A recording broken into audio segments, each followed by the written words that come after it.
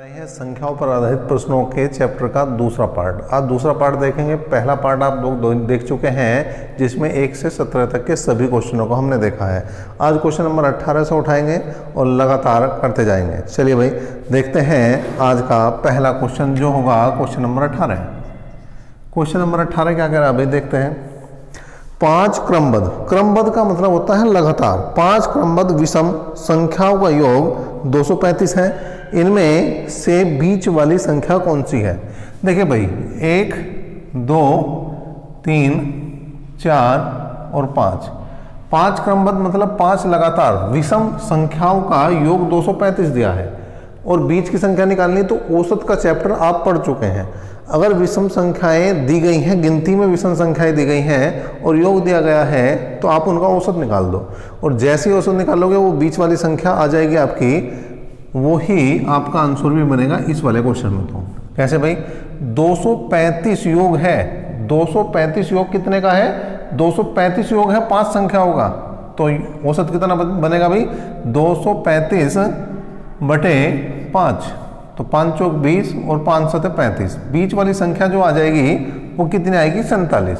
बीच वाली संख्या 47 है।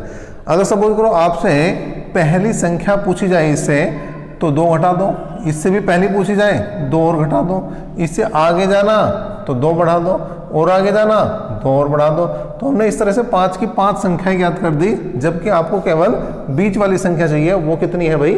47 मतलब 47। क्वेश्चन नंबर 19 की बात करते हैं हम। क्वेश्चन नंबर 19 की बात करते हैं। क्या है भाई? ए बी सी और D, A B C D और ई निरंतर 5 विषम संख्याएं हैं। देखिए यहाँ पर भी विषम संख्याएं दे दी है इसने, ए बी सी डी और ई, ये 5 संख्याएं दी हैं। क्या कहा इसने? ए तथा सी का योग 146 है। ए तथा सी का योग 146 है। ठीक है भाई, चलो जी 146 है तो ई का मान बताना। अब इन दोनों का योग कितना है? 146। अगर मैं इन दोनों का औसत निकाल दूं तो बीच की संख्या आ जाएगी। मतलब 2 संख्या है तो 2 से भाग कर दो भाई। 2 से भाग करा, 2 सत्ते 14, 2 तिया 6। इसका मतलब जो बी है वो 73 है। अगर मैं सी की बात करूंगा तो 75, डी की बात करूंगा 77 और ई की बात करूंगा तो 2 और बढ़ा दूंगा। और इधर अगर ए की बात करूंगा तो इसमें से 73 में से 2 घटा दूंगा। इस तरह से ये आ जाएंगे। आपको कौन सी संख्या चाहिए भैया? संख्या चाहिए ई। तो आपको उत्तर बनेगा 79। मैंने सभी संख्याएं निकाल दी हैं, लेकिन आपको केवल ई की वैल्यू चाहिए थी, वो आ चुकी है 79। बड़ा आसान क्वेश्चन था ये भी। नेक्स्ट देखते हैं और ये होगा आपका क्वेश्चन नंबर 20। क्वेश्चन नंबर 20 क्या है? ए बी सी डी और ई निरंतर 5 सम संख्याएं। अभी तक 2 क्वेश्चन देखे, दोनों में थी विषम संख्याएं, लेकिन इस बार है सम संख्या। कोई बात नहीं भाई। ए बी सी डी और ई निरंतर 5 विषम संख्याएं हैं। ए तथा बी का योग, अब इस बार इन्होंने इन दोनों का योग दे दिया कितना? 162। ठीक है, तो सभी संख्याओं का योग कितना होगा हमें बताना है। सभी संख्याओं का योग कितना होगा? देखिए औसत निकाल दो भाई। 2 से भाग करा तो ये कैसे आया? इसका मतलब अगर मुझे ए की वैल्यू चाहिए तो इसमें 1 घटा दूंगा और बी की वैल्यू चाहिए तो इसमें 1 बढ़ा दूंगा। और सारी सम संख्याएं मतलब 2 बढ़ाते चले जाओ भाई। ये 84 है, ये 86 है और ये 88 है। अब योग निकालना आपको निकालना है योग। तो तरीके हैं 2, या तो हम इन सभी को जोड़ दो या तो इन सभी को जोड़ दो, या संख्याओं का अंतर बराबर है, सार्वंतर बराबर है तो आप क्या करेंगे? बीच वाली संख्या में जितनी संख्या है उनसे गुणा कर दो भाई। तो 8 × 5 = 40, 5 चौक 20, इसका मतलब 420 बनेगा इसका योग। किसका? क्वेश्चन नंबर 20 का। बात करते हैं क्वेश्चन नंबर 21 की। क्वेश्चन नंबर 21 की। क्रमागत 5 संख्याओं का योग 270 है। दूसरी और पांचवी का योग बताना। देखिए 1, 2, 3, 4, 5।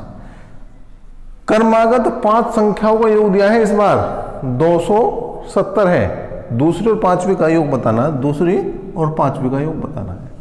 अभी देखिए 3 क्वेश्चन देखे हैं। पहले 2 विषम के थे, फिर तीसरा क्वेश्चन सम का था, अब के क्रमागत है मतलब लगातार है, तो औसत बनाओ आप, ये बीच वाली संख्या आ जाएगी।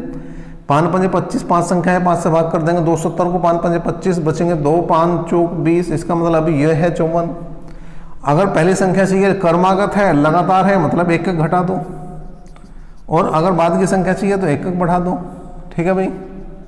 अब इन दोनों का योग चाहिए, जोड़ दो भैया, 53 को और 56 को जोड़ देंगे तो कितना बनेगा 109, और यही तो आपके क्वेश्चन का आंसर भी है, 109 ही आपके क्वेश्चन का बनेगा भैया आंसर। नेक्स्ट देखते हैं, और ये होगा आपका क्वेश्चन नंबर 22। क्या कह रहा है भाई क्वेश्चन नंबर 22, देख लेते हैं। 22वां क्वेश्चन क्या है, यदि 3 क्रमागत प्राकृतिक संख्याओं के वर्गों का योगफल 110 है तो सबसे छोटी संख्या क्या है। अच्छा, इसे ऑप्शन से लिया हमने, ये ऑप्शन है 8, बीच है 7 और ये 5। इसने कहा कि 3 क्रमागत प्राकृतिक संख्याओं के वर्गों का योगफल 110 है तो इनमें सबसे छोटी संख्या बतानी। इसका मतलब अगर छोटी संख्या ये है, अगर मैं सबसे छोटी से लेके चलूं तो उसका बाद में बढ़ते चले जाएंगे हम, ये 5 है, ये 6 है, 7 है, तो अगर मैं वर्गों का योग करूं इनका तो 110 आना चाहिए भाई। तो 5 पंजे 25, 6 छंग 36, 7 सतह 49, ठीक है। अब जोड़ा 9 और 6 15, 5 20, हासिल को 2, 4 और 2 6 और 3 9 और 2 11, इसका मतलब बिल्कुल सही है और ये ऑप्शन ही आपका सही है। क्या कहा था, दोबारा देख लेते हैं भाई। उसने कहा था 3 क्रमागत प्राकृतिक संख्याओं के वर्गों का योग 110 है, छोटी संख्या। अब जो चीज पूछ रहा है वही आंसर है, मतलब वही ऑप्शन में दी गई होगी। छोटी संख्या पूछ रहा है तो छोटी संख्या दी गई है, और बड़ी संख्या पूछता तो भाई बड़ी संख्या दी होती है। यहाँ पर सबसे छोटी दी गई है। इसका मतलब आगे की बात करूं तो 5 से आगे आती है 6, 6 से आगे आती है 7, और वर्गों का योग दिया है उसने 110, वर्गों का योग करा हमने, सबसे छोटी संख्या ली ऑप्शन में, तो बन गई बात। 23वें क्वेश्चन की तरफ बढ़ते हैं।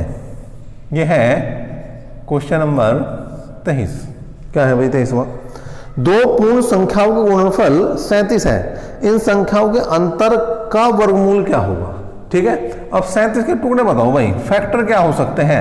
37 है एक अभाज्य संख्या, मतलब प्राइम नंबर, तो 37 के केवल और केवल 2 टुकड़े हो सकते हैं, 37 एकम 37, इसके अलावा तो कुछ नहीं हो सकता। किसी के दिमाग में आ रहा हो और तो कमेंट कर दो भैया। अगर 37 के कोई और सोचता हो कि कुछ और भी टुकड़े हो सकते हैं तो वो कमेंट कर दो। अब इसने कहा इन दोनों के अंतर का वर्गमूल निकालना, तो मतलब 36 का वर्गमूल कितना हो गया भैया 6, और ये आंसर है इसका। इसके बाद आया क्वेश्चन नंबर 24, वो भी देख लेते हैं क्या है भाई। 24वां क्या है, 2 संख्याओं का गुणनफल 1092 है और इनका योग इनके अंतर से 42 अधिक है, तो इनमें बड़ी संख्या क्या है। अगर योग और अंतर का अंतर दे रखा है तो छोटी संख्या निकलेगी भैया।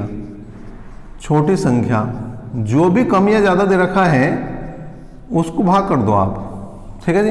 अगर उसने योग अंतर से अधिक दिया है तो छोटी निकलेगी, और अगर अंतर योग से जो है दिया है उसने कम, तो फिर निकलेगी यहाँ पे बड़ी संख्या। तो यहाँ पर छोटी संख्या निकल जाएगी, छोटी संख्या है 21। अब एक बात बताओ, 2 संख्याओं का गुणनफल है 1092, तो बड़ी संख्या क्या होगी 1092 को इससे भाग कर दो, बस 1092 को भाग कर दो किससे भैया 21 से, तो 21 पंजे 105, बचे कितने 21 पंजे 105, 4 बचे 21 दूनी 42 और 52 उत्तर आ जाएगा भाई। इस तरह से इसका जो बड़ी संख्या होगी वो 52 है और जो छोटी संख्या है वो 21 है। नेक्स्ट देखते हैं भाई, क्वेश्चन नंबर ये आया है आपका 25वां क्वेश्चन क्या कह रहा है भाई, 2 क्रमागत प्राकृतिक संख्याओं के वर्गों का योगफल 61 है, संख्या क्या है। ऑप्शन से लेते हैं भाई, 4 5 हो सकता है क्या, 5 6 हो सकता है क्या, ठीक है, 6 7 हो सकता है क्या, और -6 और -5 हो सकता है क्या। अब देखिए क्रमागत है तो मतलब क्रमागत तो सारी है, लेकिन वर्गों का योगफल कितना दिया है इसने, वो दिया है 61, ठीक है। तो वर्गों का योगफल 61 अगर मैं करूं तो यहाँ पर वर्गों का योगफल करके देखा हमने, तो 4 चौक 16, 5 पंजे 25, 41 आ गया भाई। इसका मतलब ये तो बात गलत है। अगर इसका वर्ग करें तो हो जाएगा 25 और 36, मतलब 61, ये सही है भाई, ठीक है, ये सही है। अब सही होना को भाई ये भी हो सके भाई, क्योंकि जब वर्ग करेंगे तो माइनस खत्म हो जाएगा। लेकिन बात समझो, उसने क्या कहा वे है प्राकृतिक संख्याएं, और प्राकृतिक संख्याओं में कभी माइनस नहीं आता, तो इसलिए ये ऑप्शन भी गलत हो जाएगा। ये तो गलत हो ही जाना, तो उत्तर बनेगा आपका बी ऑप्शन। बी ऑप्शन बनेगा। प्राकृतिक नहीं, ये जो है आपकी ऋणात्मक संख्याएं हैं, ऋणात्मक पूर्णांक है। ठीक है, क्वेश्चन नंबर आया भैया 26वां देखिए क्या है। चार क्रमिक सम संख्याओं का योगफल 60 है, इन संख्याओं के वर्गों का योगफल क्या है। चार क्रमिक संख्याएं हैं, 1 2 3 और 4। चार क्रमिक सम संख्याओं का योगफल 60 है, इनके वर्गों का योगफल कितना होगा।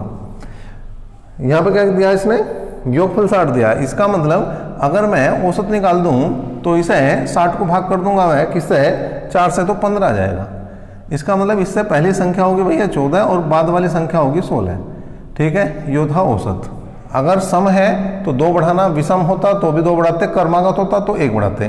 तो इधर बढ़ा दो 1, वो 2 बढ़ा दो 18 आ जाएगा, इधर 2 घटा दो तो 12 आ जाएगा। संख्याएं आ चुकी हैं 12, 14, 16 और 18। मतलब क्या करना, वर्गों का योग। ठीक है भाई, बहुत आसान है। 144, 14 का वर्ग 196, 16 का वर्ग 256 और 18 का वर्ग हो जाएगा 324।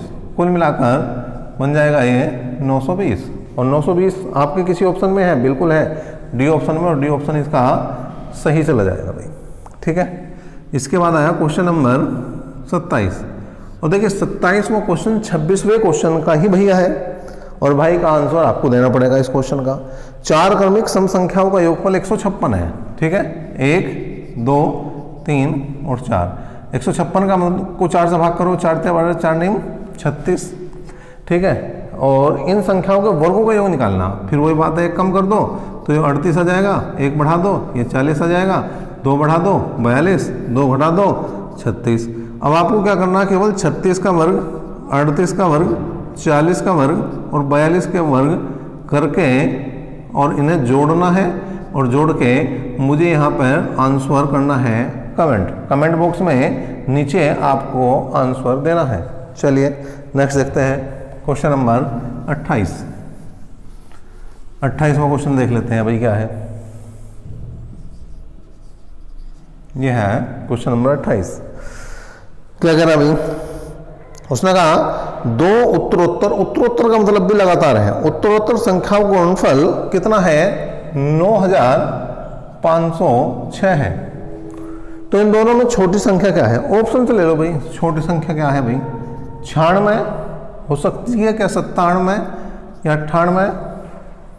क्वेश्चन नंबर है आपका 28।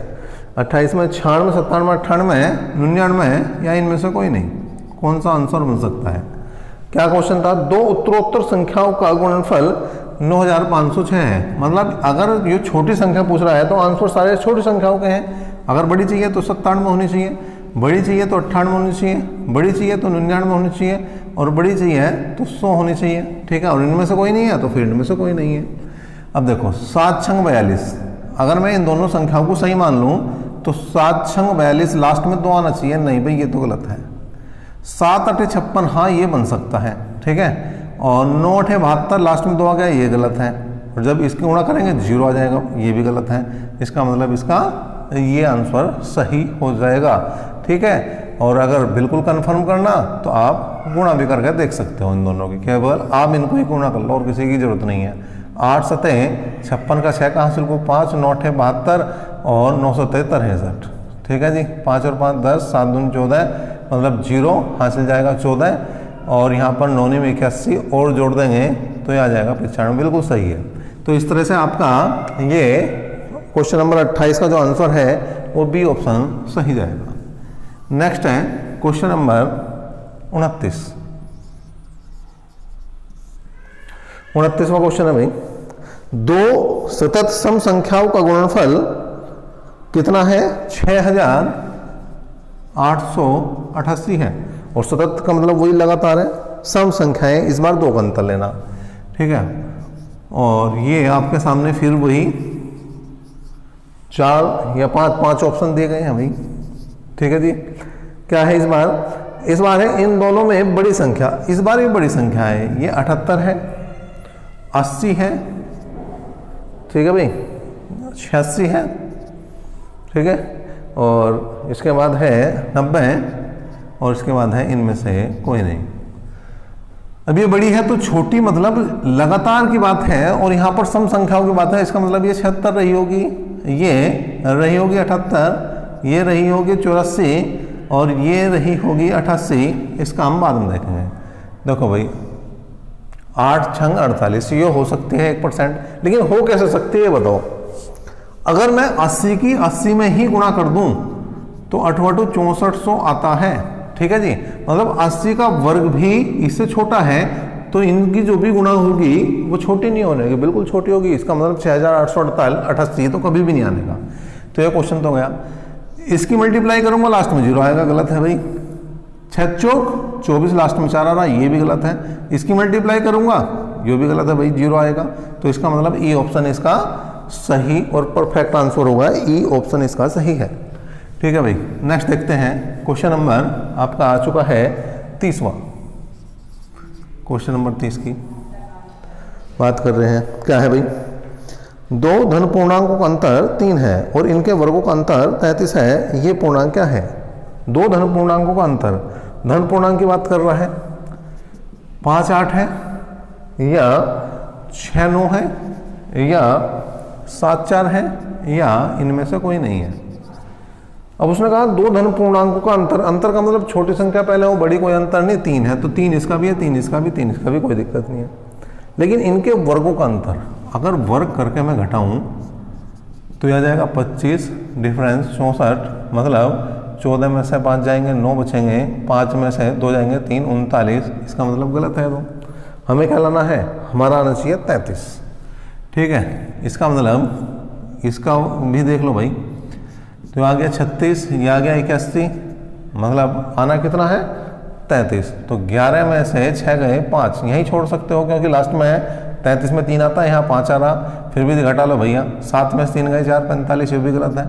अब इसको चेक करना रह रहा बस, 7 7 49, 4 चौक 16 और घटाएंगे तो 33 आएगा। इसका मतलब ये बिल्कुल सही आंसर है, सही आंसर कौन सा है, 30वां। इसके बाद आया क्वेश्चन नंबर 31वां क्वेश्चन। देखो भाई, एक संख्या के वर्ग का दुगुना उस संख्या के 11 गुने से 21 अधिक है।